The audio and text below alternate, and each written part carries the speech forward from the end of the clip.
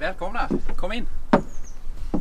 Hej, jag heter Mikael Ludvigsson och jag är en racketsamlarnörd och som jag började med för ett tag sedan, ganska många år sedan.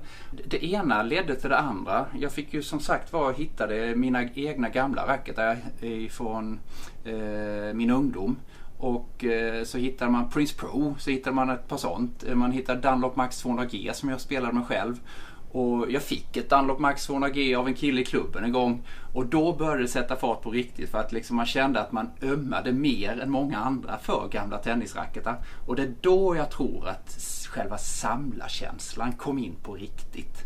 Jag gillar detta mer än vissa andra, eller kanske väldigt mycket mer än många andra. Sen insåg man ju efter ett tag att det har ju gjorts rätt mycket tennisracket i Sverige också. Och det första man började stöta på var ju Gemla utanför Växjö i Småland, som gjorde massor med modeller som heter till exempel Vasa, Star och signaturmodellen som Gustav V spelade, Mr G.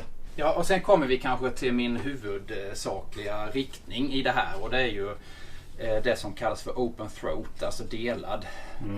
Och det här är kanske the holy grail of tennis rackets. Ett Hazel Streamline från mitten av 30-talet som var väl ett av de första där man verkligen testade detta på riktigt. Men sen gillar jag ju väldigt mycket de här, till exempel Le Coq Sportif Yannick Noir 1983, sista Grand Slammen som vanns med ett träracket.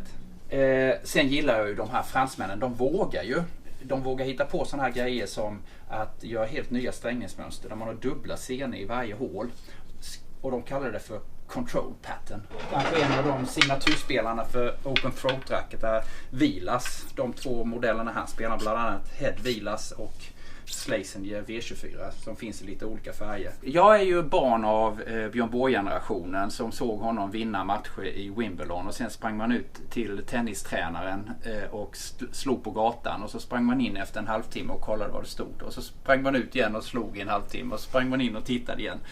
Det gjorde man tills man gick med i en tennisklubb i Gislaved faktiskt, där jag växte upp. Och sen ledde det ena till det andra. Man tränade, började spela tävlingar. Fantastiskt roligt att vara ute på sommarturneringarna som många känner till i Skummeslöv, Falkenberg, Ängelholm och så vidare. Och så vidare. Seriespel och allting med det, vad det hörde till. Avslutningsvis kanske man kan visa det som ytterligare spädde på den här samlariven. Det var ett treton som jag aldrig hade sett, och ingen annan nästan heller. Helt praktiskt taget ospelat. Midsize open throat med en konstig dubbel split. Helt unikt skulle jag säga i världen. Och kanske detta också som är då det första giftermålet mellan modern teknologi och trähantverket. Någon sorts jubileumsmodell eller lanseringsmodell av Lacoste 2015 eller 2016 som gjordes i 650 exemplar.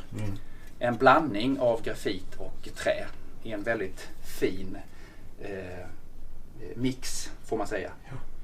Spela med det emellanåt. Det är ett fantastiskt häftigt rack att spela med.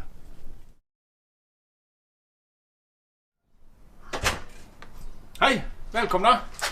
Hej, jag heter Theo Ramberg. Jag har samlat tennisracketar i ungefär 10 års tid.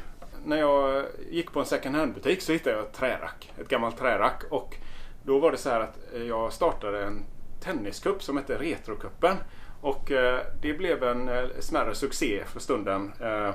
Då körde vi med gamla outfits och gamla tennisracketar helt såklart. Men på senare tid så har jag specialiserat mig på ett märke som heter Tad Davis från USA. Och det var aktivt mellan 1930 ungefär och fram till 1986 när de gick i konkurs. Och då blev de utmanövrerade av de moderna racketerna. Davis var också ett märke som aldrig sponsrade några spelare. Och när det blev viktigare och viktigare med media så kan det vara en anledning då att de gick i konkurs helt enkelt. Men i mitt tycke så är det de vackraste racketerna att titta på. Och jag har bland annat det här som heter Davis Imperial Deluxe, som är ansett då som ett av världens vackraste tennisracketar genom tiderna.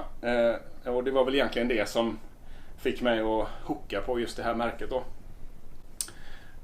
Men som sagt, väldigt fina racketar från före kriget. 1938 kom det här, Caliente, som är en fantastiskt snygg art deco design på dekaler och annat här på perforerat vinrött läder som handtag, som är fantastiskt. Och sen så på 80-talet så gjorde de sina försök med att modernisera racketarna, och då kom de här otroligt sällsynta, ska jag tilläggas, som kallas för open throat då, när de öppnade halsen i mitten och gjorde ett modernare snitt på racketarna helt enkelt. Så att det som jag tycker är roligt med just Davis, det är att det är lite detektivarbete, för alla modellerna finns liksom inte dokumenterade någonstans. Så för min del har det blivit lite mitt kall här nu då, att försöka att fotodokumentera, att försöka göra den här historien och tidslinjen komplett då från 1930 fram till 1986. Jag ska visa lite böcker, några intressanta böcker som är släppta om ämnet. Om ni vill fördjupa er så är denna en väldigt svår bok att få tag på, men den är också väldigt intressant.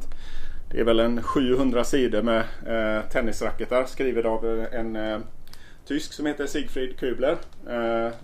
Fantastisk bok. Det är massor med allting, bara racketar, bilder och patentbeskrivningar och en massa helt enkelt.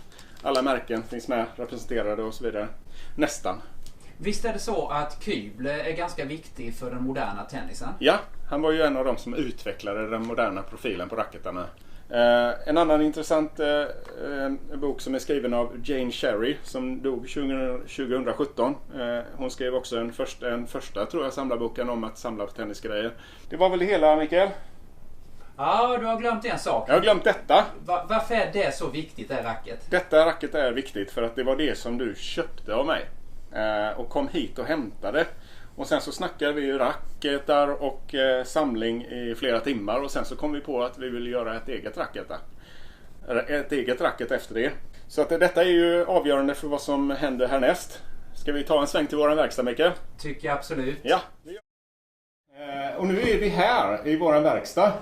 Epok Tennis. Vi kom fram till att vi måste göra tennisracketar i trä, men moderna sådana. Ja. Och sen då så har vi gjort ett antal prototyper, men ungefär så här så kommer vårat racket att se ut när det är klart. Vad har vi för spesar på den, Mikael? Vi kommer nå cirka 320-325 gram med grepp osträngat, vilket är i linje med tävlingsracketar kan vi säga. Hur spelar de då, Mikael?